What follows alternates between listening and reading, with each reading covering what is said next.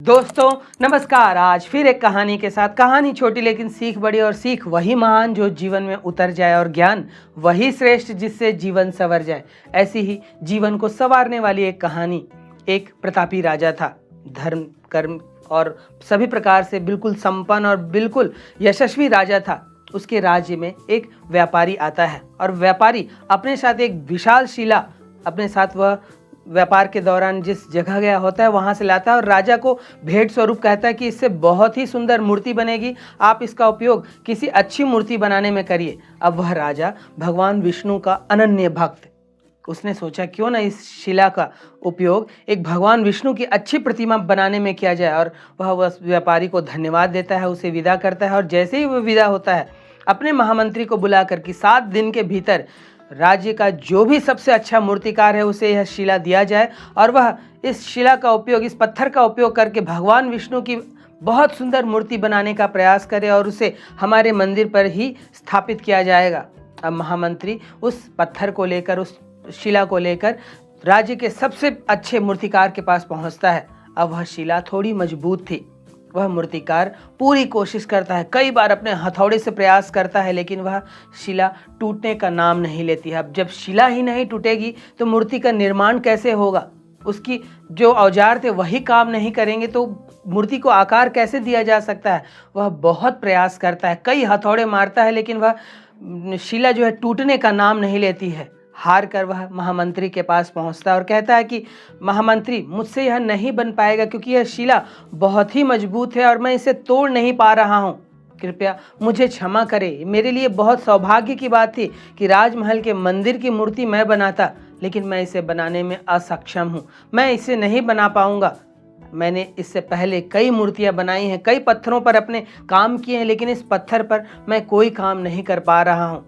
अब महामंत्री विस्मय में आ जाता है कि अब कुछ ही दिन बचे हैं, अब मैं कैसे राजा को उत्तर दूंगा। तो वह उस शिला को लेकर एक अन्य मूर्तिकार के पास पहुंचता है, जो बहुत बड़ा मूर्तिकार नहीं रहता है, लेकिन उसे अपने काम पर विश्वास रहता है, अपने काम से प्रेम रहता है, और वह हाँ कह देता है महामंत्री को। अब जैसे ही वह पहला हथौड़ा मारता है वह मूर्ति 2 टुकड़ों में टूट जाती है। यह देखकर महामंत्री जो है वह आश्चर्य में आ जाता है और कहता है कि यह तुमने कैसे किया? इस मूर्ति को तो उस मूर्तिकार ने कितने प्रयास किए तोड़ने का, लेकिन वह इसे तोड़ नहीं पाया, लेकिन तुमने इसे इस तरह कैसे तोड़ लिया? तब वह साधारण जो मूर्तिकार कहता है कि महामंत्री जी, यह उन्हीं का प्रयास है। उन्होंने जो इतने हथौड़े मारे कि यह अंदर से कमजोर हो चुका था। एक अंतिम हथौड़े की जरूरत थी जो मैंने मारा, और आपको यह मैं बनाकर 3-4 दिन के भीतर ही दे दूंगा। महामंत्री बहुत खुश होता है और सोचता है कि काश उस मूर्तिकार ने एक हथौड़ा और मारा होता तो इस मूर्ति बनाने का जो उपहार था 50 स्वर्ण मुद्राएं, उसका हकदार वह होता। तब यह मूर्तिकार कहता है कि महामंत्री जी, 49 स्वर्ण मुद्राओं का काम तो उन्होंने ही किया है। मैंने तो 50वें स्वर्ण मुद्रा के लिए इस हथौड़े को मारा, और अब इसे मैं मूर्ति का आकार दूंगा। तब महामंत्री कहता है कि नहीं, यह उसकी ही असफलता थी। चूंकि वह इतना बड़ा मूर्तिकार था, उसे इतना अनुभव होना चाहिए था कि कोई काम तभी सफल हो पाती है जब हम उसे तब तक नहीं छोड़ते जब तक उसमें सफल नहीं हो जाते। दोस्तों, यह कहानी हमें यही सिखाती है।